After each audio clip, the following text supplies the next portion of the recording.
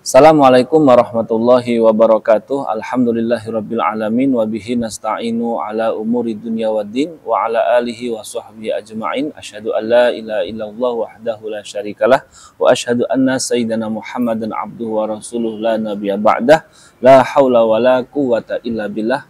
Pemirsa dimanapun Anda berada, mudah-mudahan oleh Allah Subhanahu wa taala kita senantiasa mendapatkan rahmat, kasih sayang dari Allah Subhanahu wa taala. Setiap langkah kita dituntun oleh Allah Subhanahu wa taala sehingga kita melangkah pada sesuatu yang diridhai oleh Allah Subhanahu wa taala, dan mudah-mudahan apa yang dicita-citakan dikabulkan oleh Allah Subhanahu wa taala.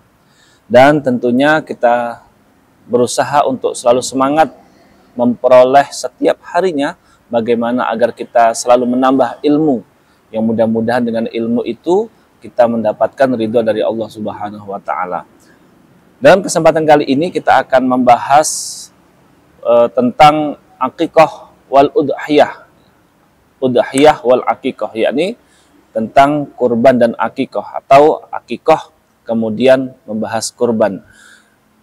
Di mana dua bab ini di dalam fikih, di dalam kitab-kitab fikih, dalam kitab-kitab turas biasanya disebutkan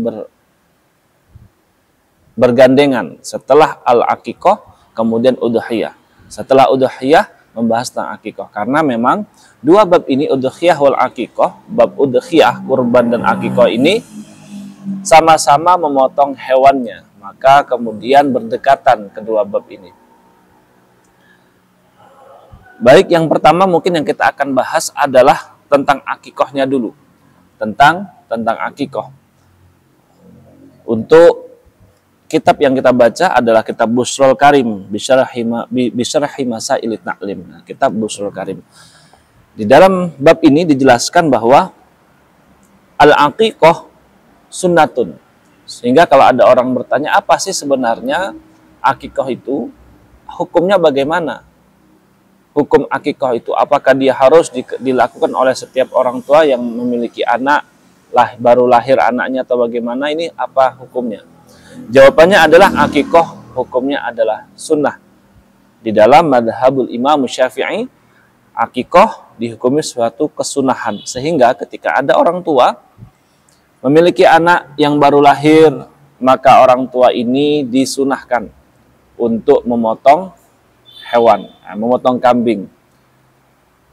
Ketika ada anak baru lahir, disunahkan bagi orang tuanya untuk mengakikai si anak. Akikah hukumnya dalam madhab Imam Syafi'i adalah sunnah. Kemudian apa sih dasar disunahkannya akikah? Ini pertama adalah berdasarkan khobar, berdasarkan hadis, yakni al-ghulamu murtahanun bi aqiqatihi, bahwa anak itu baik dia laki-laki ataupun perempuan, murtahanun bi aqiqatihi, dia tergadaikan dengan akikahnya. Apa maksud Rasulullah SAW mengatakan bahwa al-ghulamu murtahanun bi aqiqatihi, anak itu tergadaikan dengan akikahnya? Pertama, ailayan muma'atarkiha namwa amthalihi. Di dalam pentafsirannya, hadis Nabi yang mengatakan al-ghulamu murtahanun bi aqiqatihi itu adalah ailayanmu, si anak ketika tidak diakikahi dia tidak tumbuh. Ailayanmu ma'atarkiha, ketika dia tidak diakikai oleh kedua orang tuanya, maka si anak tidak tumbuh namwa amthalihi, sebagaimana pertumbuhan pada umumnya. Qala Ahmad aula yashfa'u li abawaihi. Kemudian Imam Ahmad mengatakan bahwa menurut Imam Ahmad yang dimaksud dengan hadis Nabi al-ghulamu murtahanun bi aqiqatihi, anak itu tergadaikan dengan akikahnya, adalah la yashfa'u li abawaihi, yakni anak tidak bisa memberikan syafaat atau pertolongan kelak kepada kedua orang tuanya karena si anak ini belum diakikahi. Jadi dasar disunahkannya di dalam mazhab kita, disunahkannya akikah itu berdasarkan hadis Nabi, yakni al-ghulamu murtahanun bi aqiqatihi. Untuk apa maksud daripada hadis Nabi al-ghulamu murtahan bi aqiqatihi, yang artinya adalah anak itu tergadaikan dengan akikahnya? Nah, di sini ada dua pemahaman. Pertama adalah ketika anak tidak diakikahi la yanmu nam wa amsalihi. Dia tidak tumbuh sebagaimana mestinya atau tidak tumbuh seperti yang lain, nam wa amsalih. Itu yang pertama. Yang kedua maksud daripada al-ghulamu murtahan bi aqiqatihi, yakni aula yashfa'u li abawaihi. Si anak tidak dapat memberikan syafaat atau pertolongan kepada kedua orang tuanya. Kemudian kapan waktu disunahkannya atau waktu orang tua bisa mengakikahi si anak? Wa waqtuha minal wiladati ilal bulughi thumma ya'uqqu an nafsihi. Jadi waktu disunahkannya untuk mengakikahi si anak bagi orang tua ketika anaknya baru lahir itu adalah minal wiladah ilal bulugh. Di dalam madhabul Imam Syafi'i, waktu disunahkannya seorang orang tua untuk mengakikahi anak adalah mulai si anak ini lahir sampai dia baligh. Sehingga ketika anak ini sudah baligh, dikatakan anak ini sudah baligh, yakni mukallaf. Kalau anak laki-laki dia ditandai dengan ikhtilam, kalau si anak perempuan ditandai dengan haid dan dia aqil, berakal. Maka anak yang sudah akil balik ini dikatakan sebagai anak yang mukallaf, dia dituntut untuk mengerjakan syariat agama Islam, mulai dari sholat, puasa, dan seterusnya. Ini kalau sekarang berkisar di usia 12-13 tahun, dan ini bervariasi sesuai dari keadaan si anak itu. Maka ketika anak sudah akil dan balik, anak dikatakan sebagai mukallaf. Dia harus menjalankan apa yang telah menjadi tuntutan syariat, sholat, puasa. Nah, waktu disunahkannya untuk mengakikahi anak bagi orang tua itu adalah mulai si anak ini lahir minal wiladah ilal bulughi, sampai si anak baligh. Yakni baligh tadi kalau dia laki-laki ditandai dengan ihtilam, kalau dia perempuan ditandai dengan haid. Maka ketika anak sudah baligh ternyata belum diakikahi oleh kedua orang tuanya, maka si anak ini boleh mengakikahi dirinya sendiri. Silahkan bagi si anak untuk mengakikahi dirinya sendiri atau tidak berakikah. Karena pada hakikatnya akikah itu adalah tuntutan orang tua kepada si anak. Maka ketika anak sudah baligh ternyata belum diakikahi, maka ini kesunahan untuk mengakikahi bagi orang tua sudah habis waktunya.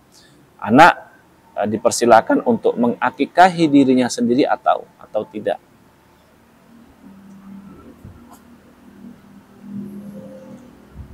Kemudian apa saja alasan disyariatkannya akikoh? Dikatakan wa syuri'at idharon lil bashar wa nasron lil nasab. Disyariatkannya akikoh itu salah satunya adalah untuk izhar, untuk menunjukkan rasa bahagia, diberikan keturunan, lahir keluarga baru. Nah, sebagai untuk menunjukkan rasa senang, rasa bahagia itu, maka diadakanlah akikah, diadakanlah memotong kambing. Wa nasron nasab, dan yang kedua disyariatkannya akikoh adalah untuk nasron lin nasab, untuk memberitahukan kepada orang banyak, dalam keluarga kami telah lahir lagi anggota baru. Untuk memberitahukan kepada masyarakat, kepada orang banyak bahwa saya telah lahir. Kita punya anak laki-laki misal, kita punya anak perempuan namanya ini. Nah, ini anak saya perempuan namanya ini. Nah, itu nasron lin nasab. Salah satu disyariatkannya akikoh adalah idharon lil bashar, untuk menunjukkan kepada rasa bahagia, wa nasrun nasab, dan untuk memberitahukan kepada orang banyak bahwa telah lahir dalam keluarga mereka anggota baru, untuk memberitahukan kepada orang banyak bahwa si A ini memiliki anak perempuan, si A ini memiliki anak laki-laki namanya ini. Nah, itu adalah disyariatkannya akikoh.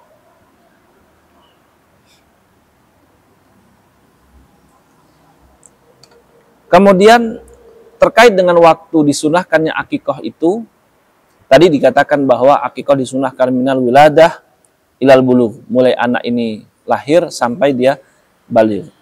Namun wal afdol fil yaumis sabi, yang afdol dikatakan yang afdol, yang bagus, yang utama, akikah itu dilaksanakan di hari ke-7 daripada kelahiran si anak. Fa illam yadbah fihi fa fir rabi'i asyar. Andai kemudian di tanggal 7 dari kelahiran si anak orang tua belum sempat untuk mengakikahi, maka setidaknya akikah ini dilaksanakan di tanggal 14 dari kelahiran anak. Wa illa fa fil hadi wal 20. Andai tidak di tanggal 14, apalagi tidak di tanggal 7, maka setidaknya akikah ini dilaksanakan fil hadi wal 20, yakni pada tanggal 21 dari kelahiran si anak. Karena tanggal sampai 21 kelahiran si anak ini adalah salah satu pendapat dari selain madhab Imam Syafi'i, ada madhab pendapat mengatakan bahwa akikah itu waktunya adalah sampai 21 dari kelahiran si anak, sampai 21 hari dari kelahiran anak. Ada salah satu pendapat di luar madhab Imam Syafi'i mengatakan bahwa batas akhir dari akikah itu adalah saat anak berusia 21 hari. Namun di dalam madhab Imam Syafi'i yang mayoritas masyarakat Asia, khususnya Indonesia, dalam madhab Imam Syafi'i dikatakan batas akhir orang tua disunahkan mengakikahi si anak adalah sampai anak ini baligh. Setelah anak baligh, maka terserah bagi si anak mau mengakikahi dirinya sendiri atau tidak.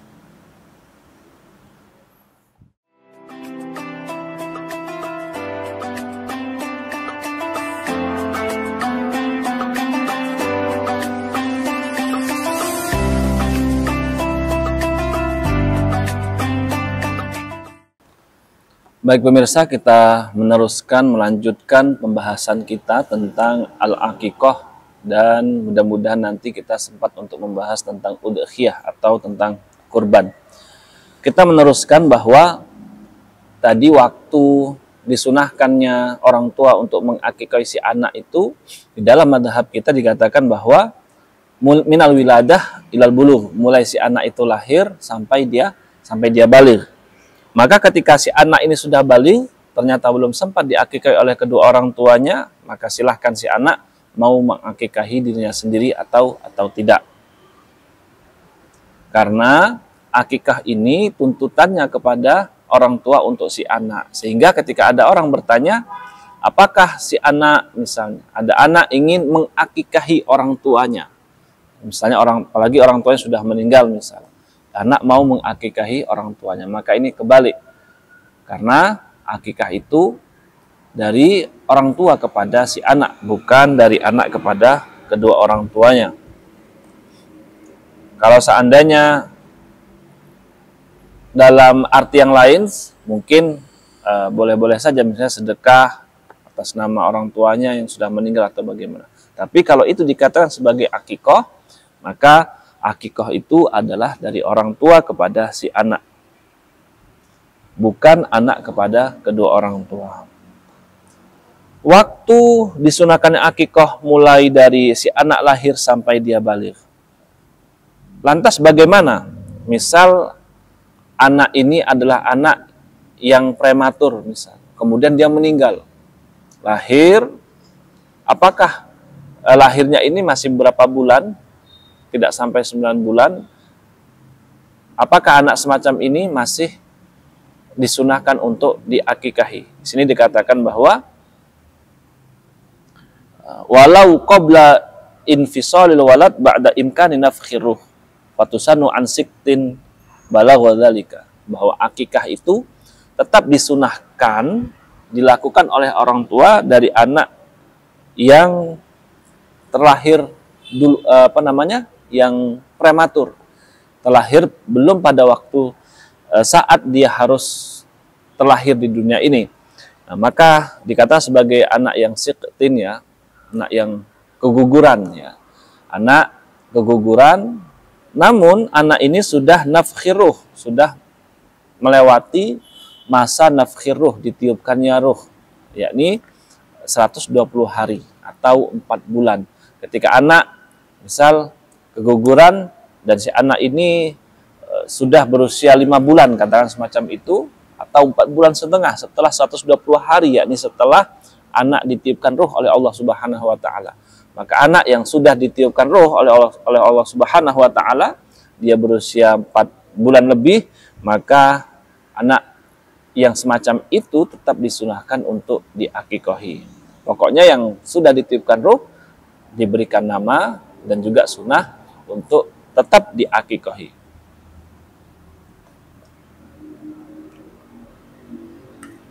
Kemudian tadi dikatakan bahwa andai setelah lahir, di saat 7 dari kelahiran si anak ini, orang tua tidak sempat untuk mengakikahi anaknya, maka silahkan orang tua bisa mengakikahi anak di saat usia si anak berusia 14 hari. Berusia 14 hari, maka fafir rabi asyar, di saat 14 hari, kelipatan dari 7 itu. Andai kemudian di 14 hari ini dari kelahiran si anak, orang tua belum sempat pula untuk mengakikahi anaknya, maka wa illa fafil hadi wal isrin, pada tanggal 21 dari kelahiran si anak ini. Ini bagusnya, yang afdolnya anak itu untuk diakikahi. Namun batas terakhir dalam mazhab Imam Syafi'i bahwa akikah itu minal bulu, sampai si anak ini baligh. Memang ada di luar mazhab Imam Syafi'i mengatakan bahwa batas terakhir daripada mengakikahi anak itu adalah sampai si anak berusia 21 hari. Menurut di luar mazhab Imam Syafi'i tadi, anak kalau sudah 21 hari tidak disunahkan lagi bagi orang tua untuk mengakikahi anaknya. Kemudian wal akmalu syatani lidzakari, wal akmal syatani lidzakari, bahwa yang sempurna di dalam mengakikahi si anak itu, yang sempurna kalau anaknya adalah anak laki-laki, maka yang sempurna adalah anak dipotongkan 2 kambing. Itu yang sempurna. Sehingga ketika ada orang punya lahir anak laki-laki dan dia mengakikahi dengan hanya memotong 1 kambing saja, maka itu sudah cukup dikatakan sebagai akikoh. Maka akikohnya sudah sah. Maka orang tua tadi sudah menggugurkan tuntutan mengakikahi bagi anaknya.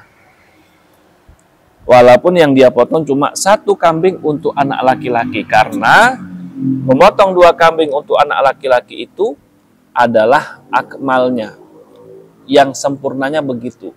Karena dikatakan bahwa dalam satu riwayat Rasulullah Shallallahu Alaihi Wasallam mengakikahi kedua cucunya Sayyidina Hasan dan Sayyidina Husain ini kabshan dengan 1 kambing 1 kambing. Maka apakah sah ketika ada orang tua mengakikahi anak laki-lakinya hanya dengan memotong 1 kambing? Jawabannya sah, dan itu masuk sah dikatakan sebagai akikoh. Hanya saja memang yang akmal, yang lebih sempurna di dalam mengakikahi anak laki-laki adalah dipotongkan 2 kambing. Kemudian wa ayatasaddaq bihi matbuhan wa bihulwin wal irsal akmal. Perbedaan dengan kurban adalah akikoh ini bagusnya disuguhkan atau disedekahkan ini dalam bentuk yang sudah matang. Berbeda dengan kurban. kurban ini berbentuk nai'an, dia masih mentah. Maka yang bagus adalah disedekahkan akikah itu dalam bentuk dia sudah siap untuk dikonsumsi, siap hidang. Jadi sudah dimasak. Nah, ini adalah yang di dalam akikah yang bagusnya adalah sudah masak. Wa ayatasaddaq bihi matbukhan. Berbeda dengan kurban, kalau kurban ini dalam bentuk yang masih mentah. Kemudian setelah dipotongkan kambing tadi adalah dicukurlah rambut si anak. Wa khuliqa sya'ruhu.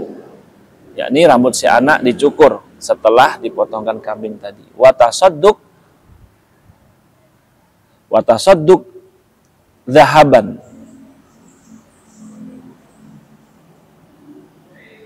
Yakni si anak setelah dia dicukur rambutnya, setelah si anak ini dipotongkan kambing, maka si anak bagusnya langkah selanjutnya adalah dicukur rambutnya. Setelah dicukur rambut si anak tadi, dia bersedekah dengan berat rambut si anak. Misalnya rambut si anak setelah dicukur, ditimbang berapa berat rambut si anak ini. Berat rambut si anak ini sunnah untuk kemudian disedekahkan emas ataupun perak, atau setidaknya dengan berat daripada emas dan perak, nilai daripada emas dan perak itu. Katakanlah misal setengah gram. Nah, 1 gram emas itu berapa sekarang? Begitu. Maka disedekahkan dengan nilai emas tersebut. Nah, ini disunahkan untuk semacam itu. Wa tahnikuhu bitamrin tsumma hulwin.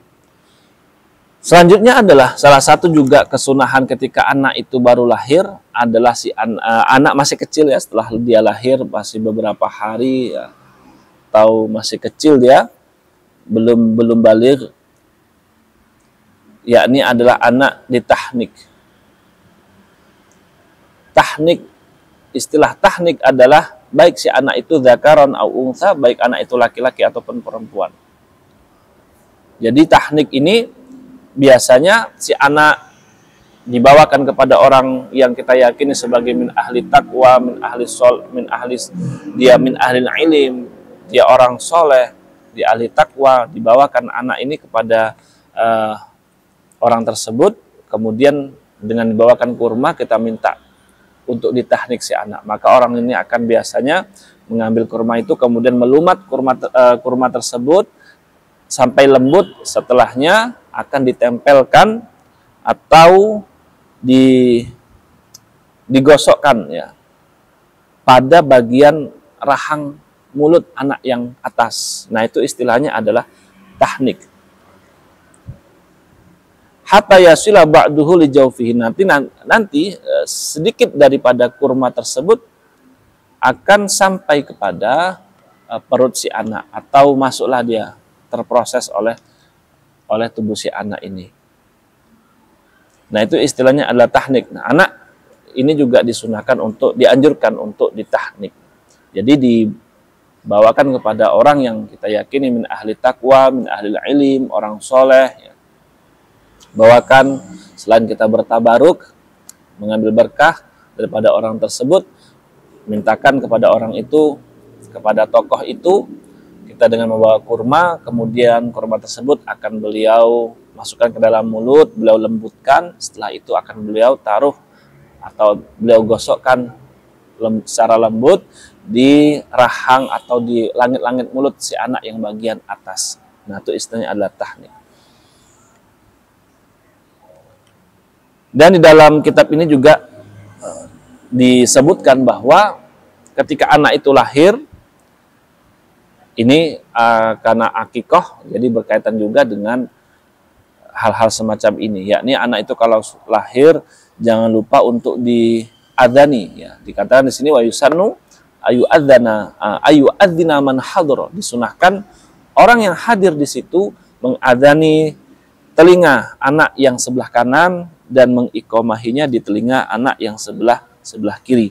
Walau imro'atan, walaupun misal yang hadir di situ setelah anak ini lahir, yang ada di situ cuma yang perempuan, maka tetap disunahkan untuk diadzani walaupun yang adzan itu adalah orang perempuan.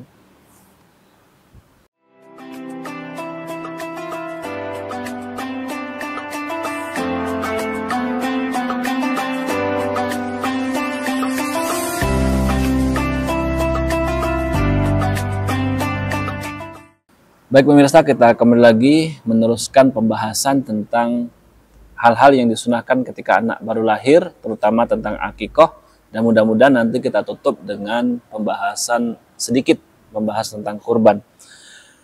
Kita teruskan bahwa tadi disunahkan untuk anak yang baru lahir diadzani di telinga sebelah kanan dan diiqomai di telinga sebelah kiri. Siapa yang mengadzani? Man hadara walau imra'atan, yakni orang yang ada di situ walaupun orang tersebut orang perempuan, tetap disunahkan untuk mengadzani telinga sebelah kanan dan diiqomai telinga sebelah kiri bagi si anak tadi.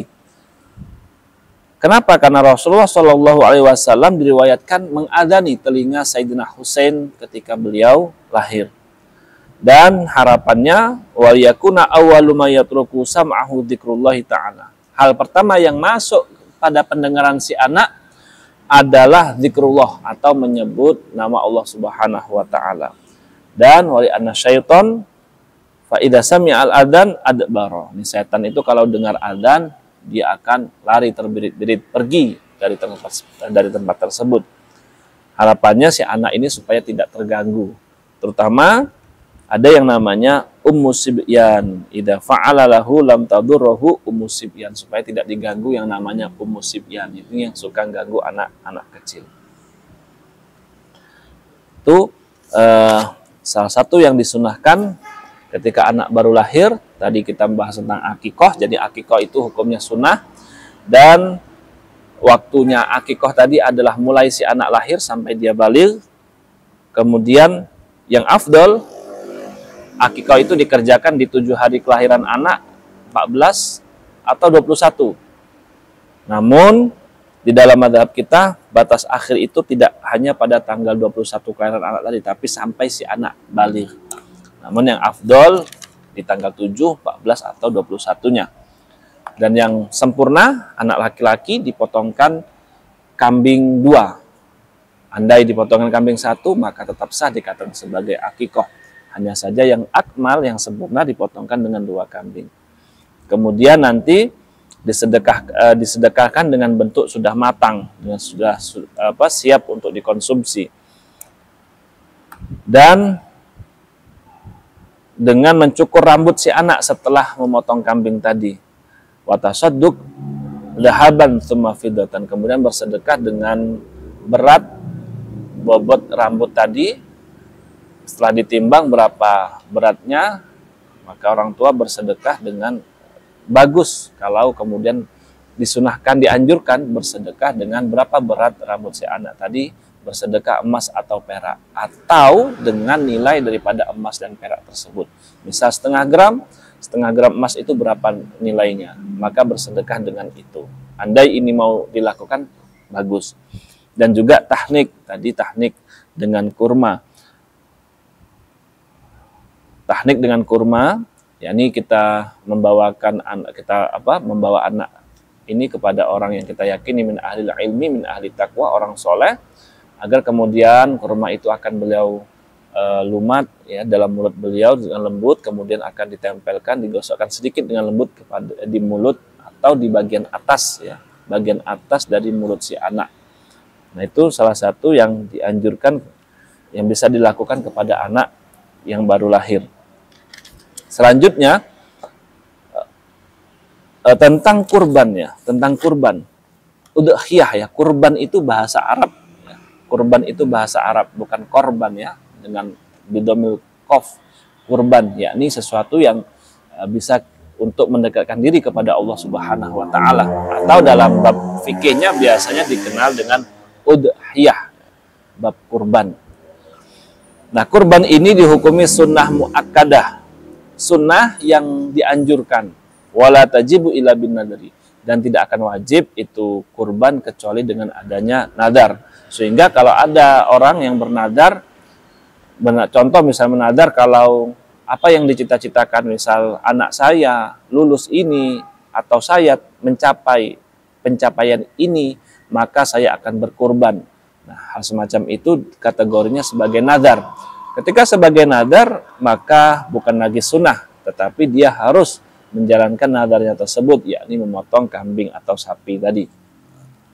Maka kurban hukumnya adalah sunnah muakkadah. Timbul pertanyaan, mana yang didahulukan kalau ada orang yang belum akikah, apakah akikah atau kurban dulu? Maka dilihat kalau memang sudah dekat dengan waktu kurban, lebih baik dia berkurban saja.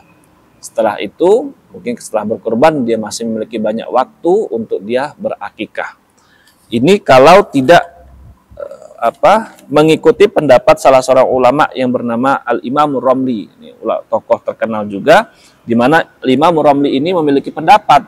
Beliau mengatakan bahwa satu hewan kambing yang dipotong itu bisa diniati akikoh sekaligus kurban menurut beliau.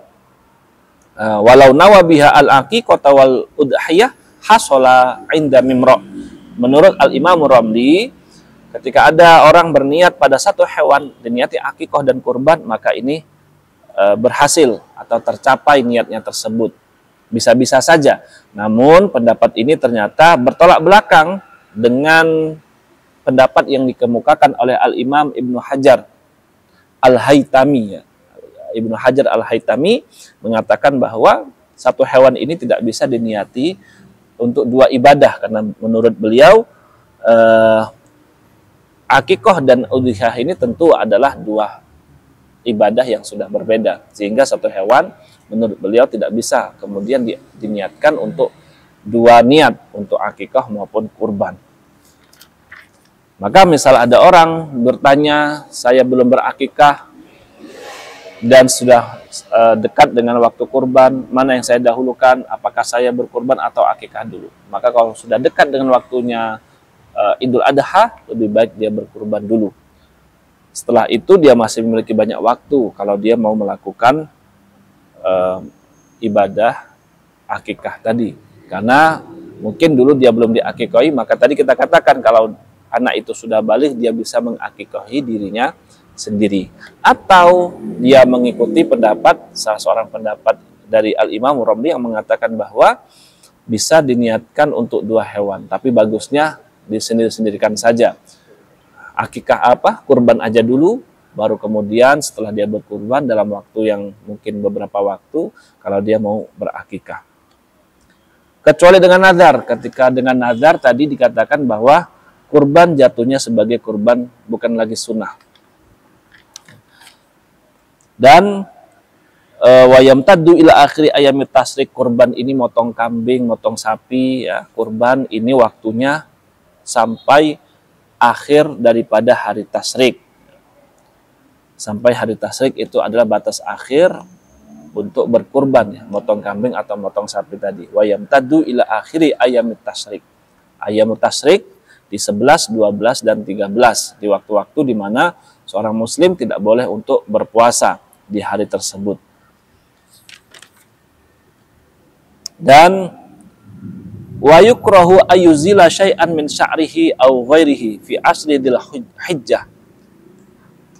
Bahwa bagi orang yang ingin berkurban, dimakruhkan, ya, untuk menghilangkan sesuatu dari rambut, yakni motong rambut atau menghilangkan sesuatu, bahasanya dari menghilangkan sesuatu daripada rambutnya ataupun yang lain, kuku misalkan. Jadi dimakruhkan tuh sampai dimakruhkannya itu di 10 hari Dzulhijjah. Fi asri Dzulhijjah, pada 10 hari Dzulhijjah, ya, tanggal 1 Dzulhijjah sampai pada waktu pemotongan hewan itu, ya, dia ini dimakruhkan kalau potong rambut ataupun potong kuku. Wa yukrahu ayuzila syai'an min sya'rihi aw gharihi fi asri Dzulhijjah, sampai dia kemudian berkurban. Jadi jangan memotong kuku ataupun rambut di 10 hari bulan Dzulhijjah tadi. Nah, itu jatuhnya sebagai sesuatu yang dimakruhkan. Bagaimana daging daripada daging hewan kurban tersebut? Kalau itu adalah kurban yang sunnah, memang ada dua pendapat dari madzhab Imam Syafi'i, mengatakan sepertiga disedekahkan, sepertiga dia makan, sepertiganya lagi dia hadiahkan. Dan pendapat yang rajih, yang lebih kuat adalah mensedekahkan semua hewan kurban tersebut kecuali beberapa sebagai tabarukan dari hewan kurban yang dia potong tadi. Jadi bagusnya dari hewan kurban yang dia kurbankan itu adalah dia mensedekahkan semuanya kecuali beberapa, ya, sebagai bentuk tabarukan dari hewan kurbannya itu. Walaupun dalam madzhab Imam Syafi'i tadi kita katakan ada dua pendapat. Pendapat yang pertama tadi mengatakan sepertiganya untuk disedekahkan, sepertiganya dihadiahkan atau dikasihkan kepada orang. Yang berkurban mengambil sepertiga. Memang ada pendapat semacam itu, namun dikatakan bahwa ar-rajih minhuma, yang paling unggul daripada dua pendapat ini adalah pendapat yang mengatakan bahwa seseorang yang berkurban ini mensedekahkan semua hewan kurbannya, kecuali hanya beberapa saja yang sebagai bentuk dia bertabaruk dengan hewan kurbannya tersebut.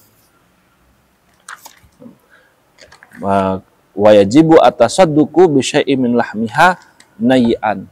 Tadi bersedekahnya daging tersebut masih mentah. Ini berbeda dengan akikah. Kalau akikah tadi matbuhan, ya sudah dimasak. Tapi kalau kurban ini masih mentah, ya, nayyan.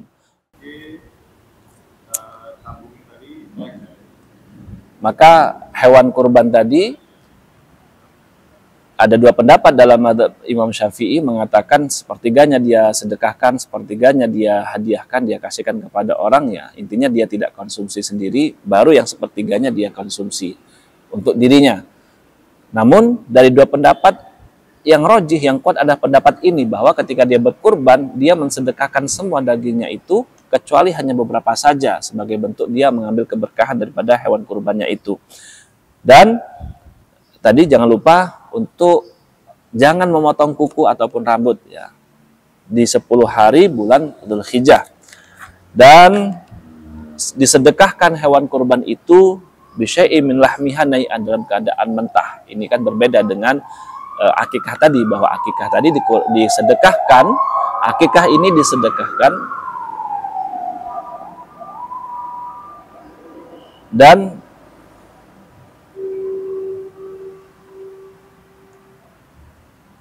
wajib mensedekahkan daripada hewan kurban ini dengan bentuk nayyan, ya, ini masih mentah, belum diolah.